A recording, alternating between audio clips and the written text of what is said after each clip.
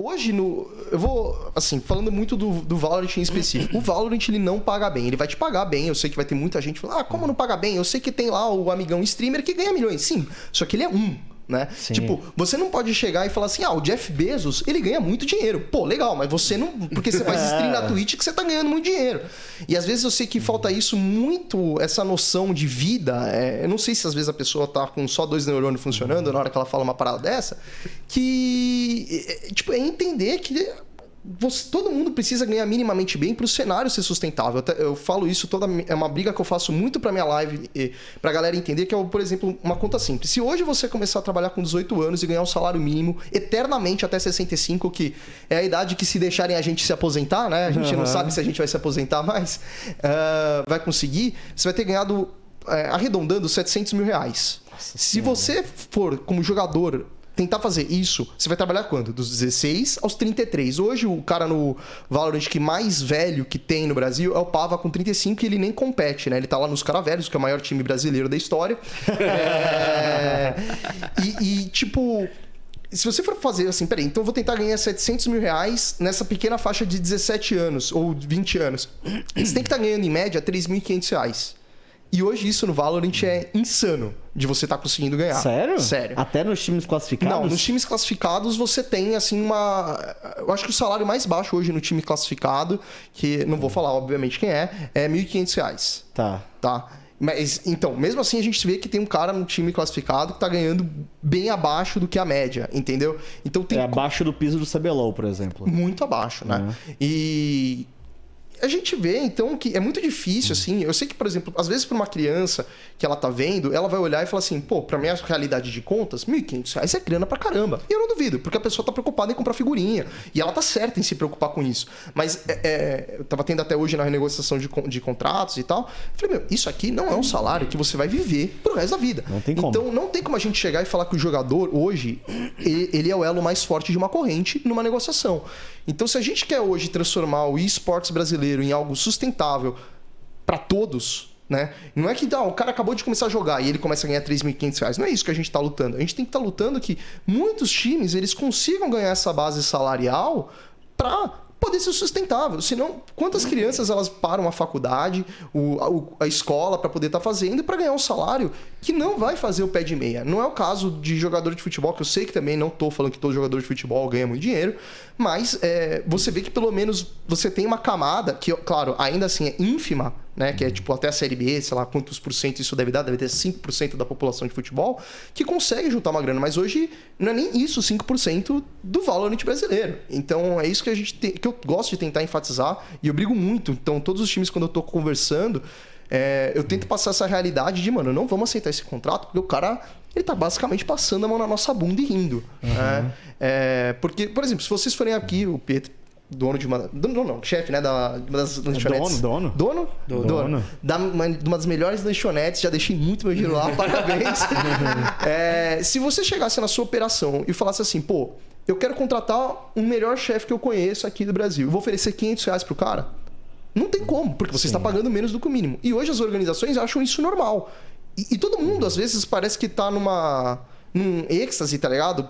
Numa realidade paralela, e fala, não é normal sim ganhar R$500, parece que é muito justo, manda bala. Então, se você não tem o mínimo para poder tocar a sua operação, sei que muitas orgs me odeiam por causa disso, não tem problema, mano, mas não abra a sua org se você não tem capacidade financeira para arcar com o negócio. É muito difícil, eu sei que tem uma galera que vai falar, pô, você tem 31 anos, você tá metendo essa pra um cara de 40? Sim. Às vezes o cara não teve estudo, não sei por que passa na cabeça de minhoca do maluco, mas você tem que ter o mínimo da base para poder financiar a galera, senão não tem como de poder seguir. Eu acho que é meio que jogada de poker, assim. É blefe. O cara joga, se aceitar, aceitou. Porque assim, ou pode ser... Eu sempre prefiro não considerar a pilantragem ou o mau caratismo, você sabe? Tipo, sei lá, hoje ninguém mais pode dizer que não sabe em que solo tá pisando. Sim. A gente sabe que o tamanho do mercado de games no mundo, né? Tipo, com os números que circulam, o mercado de esportes, né? E aí se a gente fala assim, de Valorant... Ah, pô, mas é um jogo novo. Mas é uma porra de um jogo novo da Riot. Exato. Não é uma aventura. Você sabe que vai ter. Que é vai, seguro. Que vai continuar. Você que sabe tem que o primeiro ano deu $1 milhão pro primeiro lugar pro Champions. Isso de premiação, né? Porque Premiação. de skin. Deu não sei quanto. Não vou falar. Quando mas saiu deu muitos milhões. Quando saiu a prévia, né? É que eles publicaram, né? Eles publicaram na metade de quando eles estavam arrecadando, já tinha dado mais de $2 milhões para ser dividido entre os times. Então, assim. É diferente, e eu acho que isso que atrai muita gente pra gente poder estar indo pro Valorant é essa confiança que a gente sabe que a Riot ela vai fazer um modelo muito legal, apesar de eu não concordar com todas as coisas, que não tem como, né? E que vai ser sustentável para muita gente poder estar evoluindo dentro do cenário. Então, é isso que a gente com certeza está buscando. Eu acho que, antes de eu começar a falar, deixar claro que de skin, não é de skin que a Riot recebe, não. É porque no Master e no Champions tem skin que você compra do time. Não é do time, né? Você tem, por exemplo, agora foi a Vandal, né? Que é pra galera que não joga Valorant, é a AK-47, né? Que ela tinha uma skin única que, se você fosse o top frag do seu time, ela brilhava, tá ligado? E, tipo, tava escrito Champions. Isso, aí você comprava essa skin. Todo o dinheiro dessa skin virou premiação. E essa skin vendeu muito e aí vai pra premiação pros caras. Então, quando fala, vendeu uma skin, não é tipo, a Riot ganhou muito dinheiro. Foi tipo, os times, claro, a Riot ganhou muito dinheiro. E os times ganharam alguns milhões. Não foi 1, 2, foi tipo alguns milhões. Alguns milhões de dólares. De dólares. Coisa linda. Voltando a falar dessa questão que você estava comentando, pra mim é uma série de fatores de pessoas que, assim, você falou, eu prefiro não acreditar que é pilantragem. Tem muita pilantragem porque hoje em dia o cenário tá tão grande, as coisas já estão tão antigas que é muito difícil cair nesse papo de eu não sabia. Não, tem org que, por exemplo, desculpa ter te interrompido, Chap, né? A gente chega e fala assim, além de pagar menos do que um salário mínimo para jogador, recebe a premiação. E aí, como às vezes a pessoa é muito nova, 16 anos, não tem ideia que no contrato precisa ter, eu quero poder receber a premiação 10 dias, por exemplo, depois que a publisher te pagar, some com o dinheiro. E aí, quando você vai pagar? Não sei. E não paga. Então o jogador ainda... Não, aconteceu isso esses Porque dias. isso, será que passa na cabeça deles, eu te pago R$500, mas a premiação 80% é sua, 50% é sua? Não, então, isso é uma premiação e aí que você acontece. pode ganhar R$500 milhão. Isso acontece. Por exemplo, muitos dos nossos contratos hoje em dia, eles são nessa base, né? E isso, de novo, até mesmo uma discussão com as organizações que eu tenho... com quem eu converso, que a organização ela não pode achar que ela vai tirar o dinheiro dela de premiação. Sim. Porque... por exemplo, antes que falem que a premiação no Brasil é baixa, tá? Vamos pegar o caso da Sentinels, que é o time que até então, antes do Champions, havia ganhado mais dinheiro no Valorant porque tinha ganhado basicamente tudo.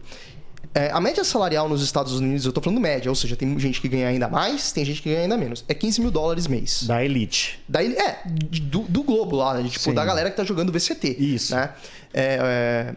Nisso, então se você fala assim, se esses caras estão ganhando na Sentinels $15 mil, na hora que você soma isso, faz vezes 12, que era o tempo que eles estavam jogando juntos, não chegava nem na premiação que eles tinham ganho.